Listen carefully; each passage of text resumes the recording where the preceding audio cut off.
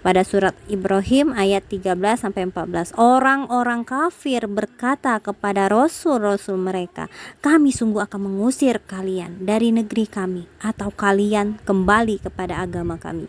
Maka Allah mewahyukan kepada mereka, kata Allah, kami pasti akan membinasakan orang-orang yang zalim itu. Nih ya, orang kafir ini sama kayak Palestina, mengusir dari negeri Palestina sendiri, sampai orang Islam itu mau mengikuti mereka bisa jadi masuki agama Yahudi, bisa jadi ya, karena di sini dibilang katanya, atau kalian kembali ke agama kami.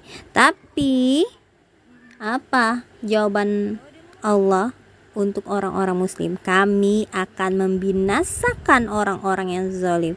Nah, ini bisa juga untuk Israel ya.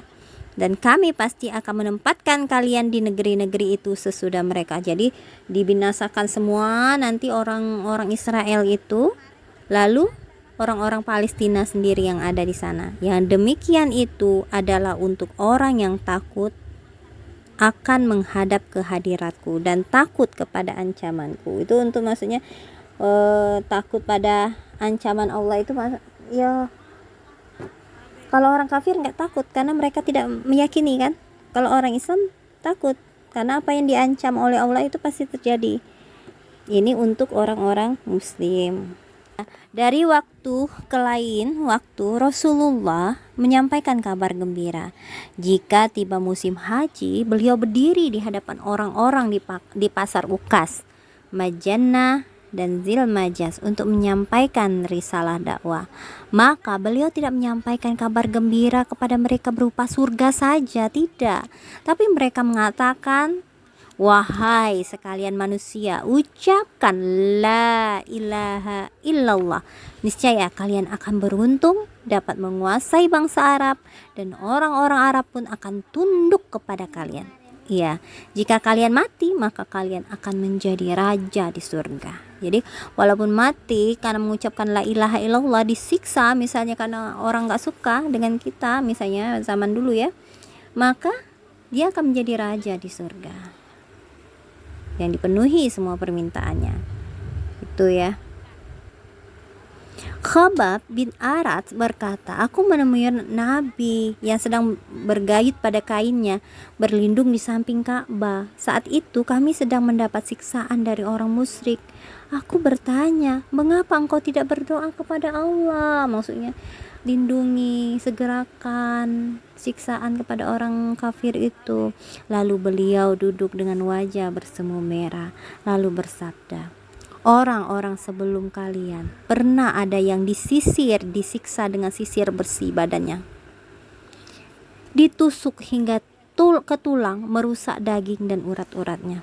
Namun hal itu tidak membuatnya beralih dari agamanya, tapi berharaplah benar-benar kepada Allah untuk kemenangan agama ini, hingga rombongan kafilah bisa berlalu dari San'a hingga Hadramaut tanpa merasa takut kecuali pada Allah.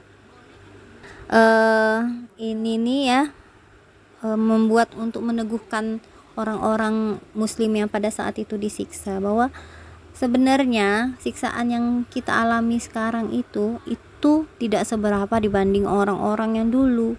Ada yang disisir badannya, maksudnya itu dengan besi panas ya, supaya terasa sakitnya sampai ke dalam dagingnya nian, sampai ke uratnya, sampai mereka itu mau mengucapkan apa yang diperintahkan. Tapi Rasulullah hanya minta jangan beralih pada dari agama Islam ya, karena kemenangan itu pasti datang. Dan mintalah pada Allah bahwa untuk kemenangan agama ini gak usah takut dengan yang lain, kayak gitu ya.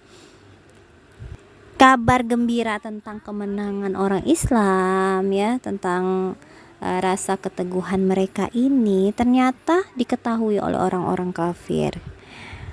Aswad Al-Muttalib dan teman-temannya mengobrol, menyindir para sahabat menyindir para sahabat Rasulullah yang berjalan di dekat mereka dengan berkata, raja-raja dunia sedang menghampiri kalian. Mereka akan mengalahkan Raja Kisra dan Kaisar. Setelah itu mereka bersiul dan bertepuk tangan dan mengejek, karena mereka nggak yakin bahwa orang Islam itu bisa menaklukkan Kaisar, ya, Kaisar Persia, ya, bisa. Mereka mengejek karena ada ucapan bahwa akan menguasai bangsa Arab oleh Rasulullah. Itu kan Rasulullah bilang kalau menyebut la ilaha illallah akan menguasai orang Arab, ya, bangsa Arab. Orang-orang Arab dan orang-orang non Arab itu akan tunduk. Nanti ketika dia meninggal maka surgalah tempatnya, ya, dia menjadi raja. Nah, ya, dengan adanya kabar gembira tentang kemenangan, ya, di dunia dan harapannya akan mendapatkan surga, maka para sahabat memandang bahwa tekanan, ancaman, ejekan semua yang datang untuk mereka itu cuman hal yang kecil. Jadi tidak dianggap sama sekali. Mereka lebih baik sudah lakukan saja dakwah, terus saja beriman dengan Allah, tidak usah memperdulikan apa yang diucapkan oleh orang-orang kafir.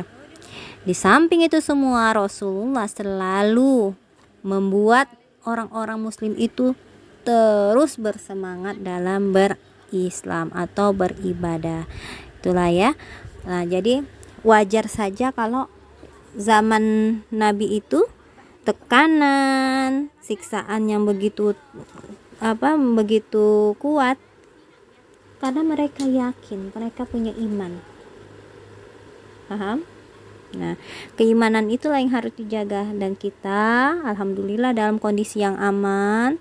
Tetapi kita pun bukan berarti kita tidak harus memperkuat keimanan, karena banyak sekali ancaman-ancaman yang datang dari luar. Bukan dalam artian kita dalam ancaman peperangan dari sini tidak, tapi ancaman dari televisi, HP, ya. Itu banyak ancamannya yang membuat kita tidak kuat iman sampai misalnya kayak kita, ya, Mbak, ya, sudah nonton filmnya bagus sekali sampai lupa sholat. Itu adalah ancaman keimanan, membuat keimanan kita menjadi apa? Menjadi goyah. Nah, itu. Nah.